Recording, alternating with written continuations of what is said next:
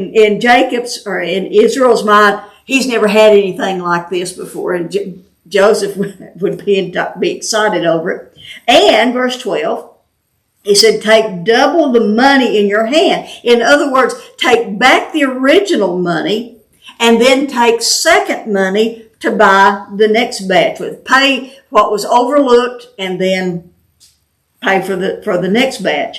In your hand, and the money that was returned in the mouth of your sacks. Perhaps it was a mistake. And then verse 13, take your brother also and arise and return to the man. And then I'm going to read this and we'll talk about it in a minute. And may God Almighty grant you compassion or mercy in the sight of the man, that he may release to you your older brother, being Simeon, and Benjamin. And as for me, if I am bereaved of my children, I am bereaved. Now, here again, what you think about Jacob will determine what you think is happening here. So let's break this down. Israel resigns himself to the fact that it must be done. You know, and Benjamin doesn't say anything in all this. And I just kind of have to wonder what Benjamin's been thinking all along. You know, has Benjamin been telling his father, you know, I really need to go with them if that's what they ask for. You know, it's fine. I'll be fine. Don't worry about me. If he's had any input into the conversation, maybe he's softened Jacob up a little. We don't know. But one thing we do know is that Israel is not going to let them go empty-handed. Now, is this a present or is this a bribe? I just think they're gifts. Gifts, right? But, I already know what Katrina's going to say Tuesday night. No, if Katrina, if you're watching, I know what you're going to say. But, I mean, could it be both? well, if it is a bribe, then it may be a present, but it's primarily a bribe. If bribe is included at all, It's a bribe. it's a bribe. but don't they normally, if they're visiting a high-ranking official, that's the custom to take them gifts? Yeah, exactly. It's But he didn't take anything the first time. He didn't send No, they didn't send anything the first time. That's right. but they didn't know they were going to meet him. Right? That's true. That's true. They didn't know they were going to have any interaction with any officials. They're just going to buy and leave. And don't you think maybe it would soften things up if, with this money situation, Mm-hmm. you know, we're bringing the money back that Mhm. was put back in, plus we want to thank you so much. Yes. Mm-hmm. Mm-hmm. Right. He's just I just don't desperate. see it as a bribe. Huh? He's desperate. He's desperate. Yeah. Yeah. And he wants to make sure he gets his son back. So Yeah. by showering them with gifts, maybe they'll... Yeah. Maybe there's a little underlying there. Well, with a bribe, that's almost a nefarious. Yeah, but if you don't like Jacob at all, then that's exactly what you think Jacob will be doing. I guess I must have liked Jacob. Yeah. Because I don't see it as a bribe. Well, again, you know, many of the commentaries disagree on this. Henry Morris thinks it's a bribe, and that's what he says in his commentary. He was sending a bribe. Alfred Edersheim thinks it's a gift, and of course, J. Vernon McGee thinks it's a bribe because he thinks he's just being as manipulating as ever. So he has nothing good to say about Jacob. But it is the word present in verse 11. The Hebrew word literally means a donation or an offering. The Hebrew word means a sacrifice. And if they are in a famine, don't you think it was a sacrifice to send some of their food, even if we are talking about pistachios and almonds? Grape honey. Grape honey. I mean, put it on a little biscuit. Of course, they don't have any grain, but That's the whole. I had grape jelly this morning. But, however, it's the same word that was used in chapter 32, verse 13, when he sent a present to Esau. But now here's the difference. Jacob sent a present to Esau. Israel sent a present to the man, to Egypt. I think that's the difference. Yeah, but what is the difference? Israel, being showing his faith, sent a sacrifice.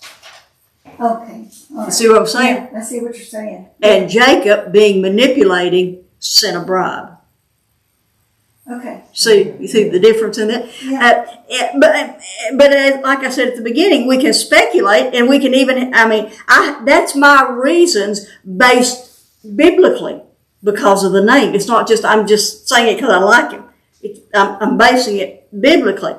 But it comes right down to it. We really don't know the motive behind the action. Well, this is what my opinion is that Jacob would offer Esau a bribe, but Israel wouldn't do that. It was a sacrifice. And so their fathers, Israel, said to them, if it must be so, then do this and take that and take double the money. And then I think he takes a deep breath and says, and take your brother also. Take the gift, take the money, and take your brother. And then he prayed over the trip. Verse 14. And may God Almighty grant you mercy or compassion in the sight of the man, that he may release to you your other brother and Benjamin. And as for me, if I am bereaved of my children, I am bereaved. Now, you could say that that's a woe is me statement. If I'm bereaved of my children, then I'm just bereaved of them. If they die, they die. We saw in chapter 42, verse 36, where he said, all these things are against me. And I think that was a woe is me statement there. But now it's not Jacob who is speaking, it is Israel who is praying. And he is praying, calling for El Shaddai, the all-sufficient one, the covenant God of Abraham, to grant them mercy. One commentary said that this was a word of grief spoken in the spirit of faith. I thought that was just so great. A word of grief spoken in the spirit of faith. And who of us have not spoken a word of faith? Spoken a word of grief in a moment of faith or in the spirit of faith. We knew we had to trust. We knew we had to have faith. But man, like I said earlier, it's faith with your heart pounding at the same time. You're just going on pure faith at that moment. But think about this. Can you think of anyone else in the Bible who spoke a word of grief in the spirit of faith? What about, I'll give you the hint. What about the one who said, if I perish, I perish? Oh, it's Elijah. No, it's a female. Well, no, but he visited her. Her son was about to die. Was it Rahab? No. No, her son was about, I can't remember the name. No. Her son was about to die. And she said, we'll eat this and die. No. No, okay. I think he said it. Huh? I think she said What'd you say? Me. Uh-huh. Ruth. Nope. Esther. Esther. Yeah, Esther. Esther. Remember before she goes in before the king? Yeah. And she says, if I die, I die. Yeah. What about, nevertheless, not my will, but thy will be done? Yeah. Is that not exactly what he said? Yeah. A word of grief spoken in a spirit of faith? But again, did Israel say these words? Was he saying them in faith or was he saying them in defeat? If I lose them, I lose them. Or was he saying, if they die, they die. It's the right thing to do. I think it may be something of both, because he's between the rock and a hard Yeah. place. Yeah, he actually is. There is no way out for him. It has to be done. He has no choice. It's like we said last time, it's those times that come down to when God says to us, do you trust me or not? You really have no choice. Because whatever it is going to happen. And again, the commentators disagree. Whether he's being faithful or whether he's being a defeatist. And so then verse 15 begins. So the men, they took three things. The men took this present, all these things that he's put together, and they took double the money in their hand and Benjamin. And then they arose and went down to Egypt. And again, 250 miles, 3 weeks of traveling. And from this point on, for the next 77 verses, Jacob, or Israel, is out of the picture. There is not a thing he can do but sit at home and wait. He can't get text messages, letting him know how things are going, hey, we got to go have dinner with him. No, he can't hear a word. He's home alone. One commentary said, like he was at the Jabbok River, Jacob remained alone. There were people all around him, but he was alone, waiting. One other commentary said, it's not easy to quit worrying. But Jacob had no other choice. Now, I'm not sure he quit worrying. I think he just had to let them go. But the writer goes on, it's now in the hands of his sons. Let's see, I wrote that down. Jacob is 139 years old at this point. His sons, or his oldest sons, are probably near 50. Benjamin, the youngest, is probably early to mid-20s. But imagine how Jacob felt standing there in front of his tent and watching them leave until they were out of sight. And he doesn't hear anything for 77 verses. And so he has to turn and go back in the tent. I tell you that, as I was working on your lesson, that really hit me about Jacob and his sons. We'll talk more about that in the application part. But any comments or questions on this before we change views and now we're in Egypt?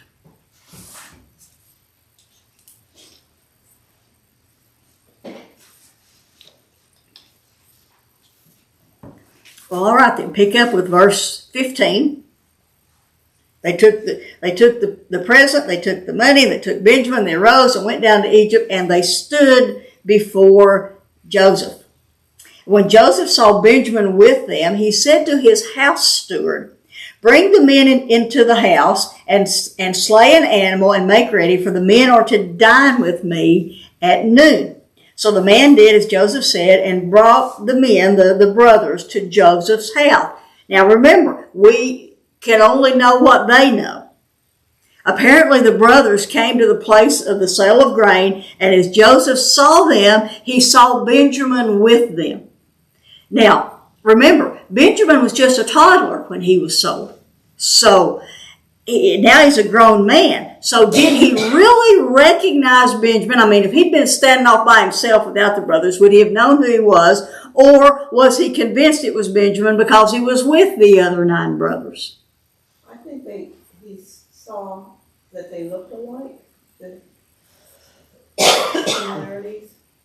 I don't know that if he's standing alone, that he would recognize them, but with them, he knew because of similarities and how they looked. Yeah, some of the commentaries talked about that the brothers being so protective of Benjamin, it's like he was in the middle and they were all around him. I mean, it doesn't say that, of course, but they wanted to make sure that nothing happened to him, so they're all, eyes out watching for him. But as I was thinking about that, I was reminded of one of Joe's nephews. There is no mistake. I mean, this guy's, he's in his mid-50s now. But you can look at his baby pictures and know exactly who he is. They've just got some distinctive features that there's no mistaking who he is. And so perhaps Benjamin was like that. There was just something so distinctive about him that he would have known him even if he was by himself. But we don't know. But what he did, at any rate, he knew. However it was, he knew. And so he had his house servant pull them out of line and take them to his house. But now remember, they don't know why. Joseph is speaking to his house servant in Egyptian. They don't know what he said. All he knows is now they saw him speak to this man, and then this man comes down and gets them and takes them to his house. Are we going to be slaves? What's he going to do to us? They don't have a clue. So verses 18 through 22, I'll read over that and we'll talk about it. So the men were afraid because they were brought to Joseph's house, and they said, I know what it is. It's because of the money. The money was returned in our sacks the first time, and we're being brought in that he may seek occasion against us and fall upon us and take us as slaves with our donkeys. So they came near to Joseph's house steward, and they spoke to him in Hebrew. And I thought that was, they spoke to him. It doesn't say in Hebrew, but that's the language that they knew. So he had to have been able to understand Hebrew. Maybe he was the interpreter earlier.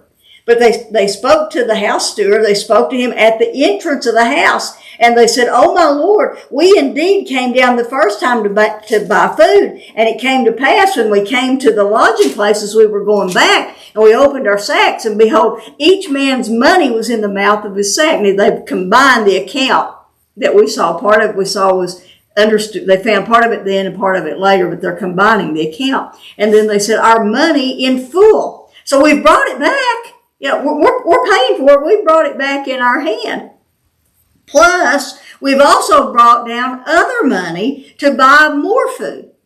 We don't know who put the money in our sacks. Now, this steward, you think about when Joseph,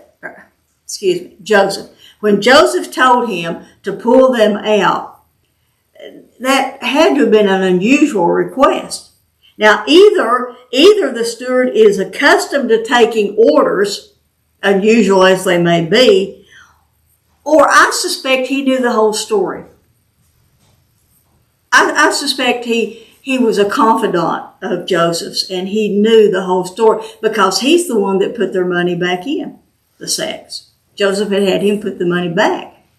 So either he follows instructions blindly and asks no questions, or he knows what's going on. So the steward then replies to them in Hebrew. Like I said, maybe he was the interpreter from chapter 42.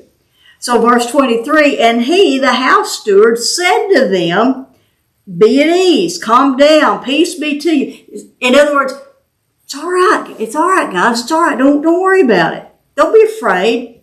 And look at what strange thing he said. Your God and the God of your father has given you treasure in your sacks.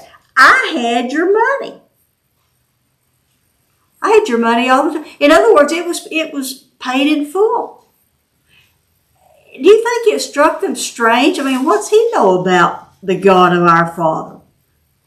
There's just so many strange things being said if you put them all together. What could this servant possibly know about the God of their father? And then he brings Simeon out to them. And don't you know, poor old Simeon is relieved at this point. So are you saying you think that this servant knows the relationship? Yeah. Okay. He's a confidant. He's a confidant. He knows what's going on. That makes sense. It makes sense because Joseph told him to put the money back. And he says it was already paid in full, like somebody else paid it. So I believe he knows the whole story. He knows everything that's going on. And then verse 24, then the steward brought the men into Joseph's house, and he gave them water, and they washed their feet, and he gave their donkeys food, fodder. Verse 25, and the brothers then, they began to get their present ready. They prepared the present for Joseph's coming at noon, for they had heard by that time, this servant had told them that they're going to eat a meal there. So verse 26, then Joseph came home, and they brought into the house to him the present which was in their hand, and they bowed to the ground before them. That's the first time they bowed down. Now, I've been trying to, ever since a few weeks ago, and that particular commentary that made me think about things that are happening all around this, they gave this present to Joseph. Nothing is said about Joseph's reaction to the present, the gifts.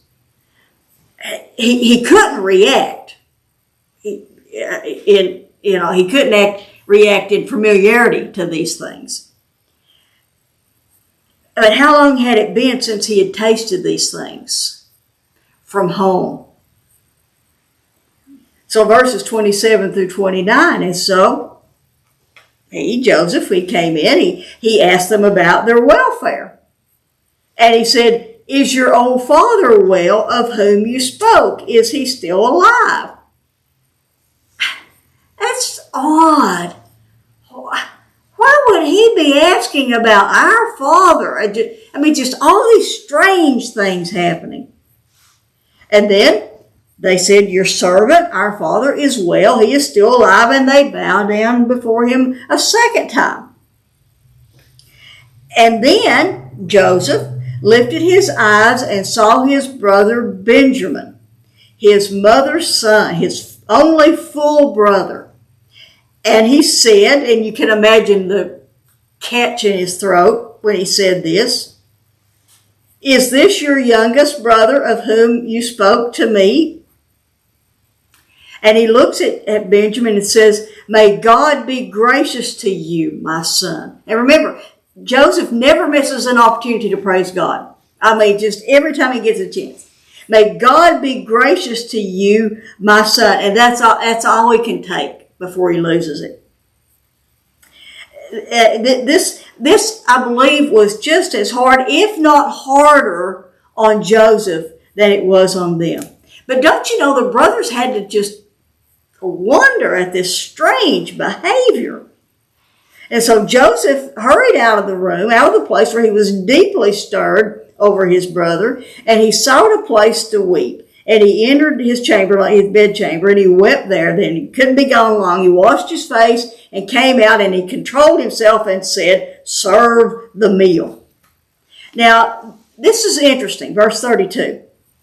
So they served him, Joseph, by himself, and them, the brothers, by themselves, and the other Egyptians who ate with him. We didn't know that there were other Egyptians there except the house steward by this point, but them by themselves. And then Moses gives us the reason for that, and that is because the Egyptians could not eat bread with the Hebrews, or they could not eat any food. They didn't eat, period, with the Hebrews. For that is loathsome to the Egyptians. The reason, there are several reasons that go into this. It's the food that Hebrews and Semites eat versus what Egyptians eat. It's how they eat, the utensils that they use, and it's just the manner in which they eat. So there's all these things that they just won't eat with the Hebrews. But there are three tables here. There's a table for the Hebrews, a table for the Egyptians, and a table for Joseph. Now, all of the Egyptians in the house knew that Joseph was a Hebrew. They watched all this transpire all the way back from when they brought him out of the prison, and he interpreted the dream. So they all know that Joseph is a Hebrew. They all know that Joseph worships the Hebrew God. Joseph made no bones about that. And although he had an Egyptian name, he dressed like an Egyptian. I wanted to say walked like an Egyptian, but I was saying that. And he had an Egyptian wife. Still, he was a Hebrew. And he couldn't eat with the Egyptians.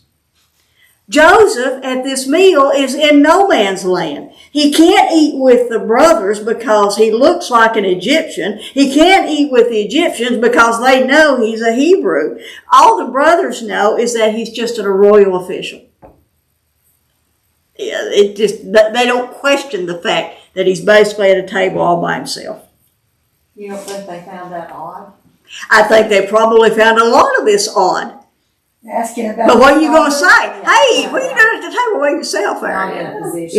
Yeah. But I think there's a lot that asking about asking about their dad and their father's God. I mean, there's just so many things about this. I haven't studied the chapters further where he reveals himself, but I don't know if it says anything about them tying these things together. You would think they go, so that's why that happened. But we'll see about that when we get to that chapter. But then verse 33. Now they were seated before him, the firstborn according to his birthright, and the youngest according to his youth. And they did find this odd. The men looked at one another in astonishment.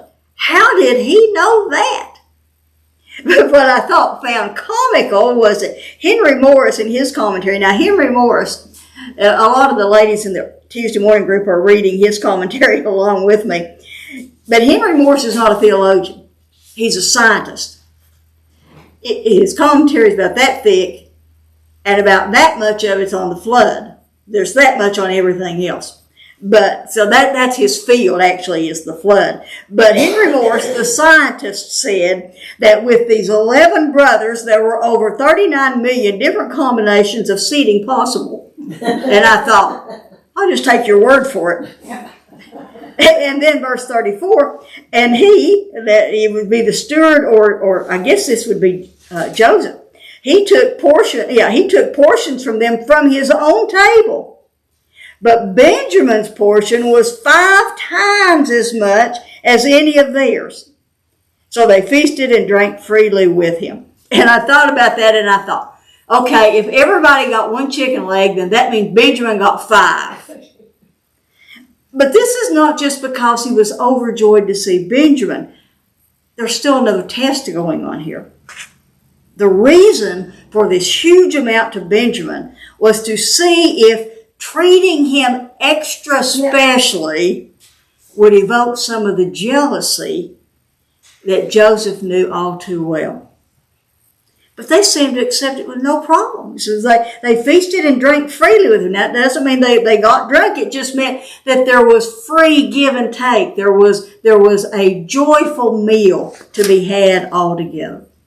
Now, we would think that this would be the perfect time for Joseph to reveal himself. Things seem to be going so well.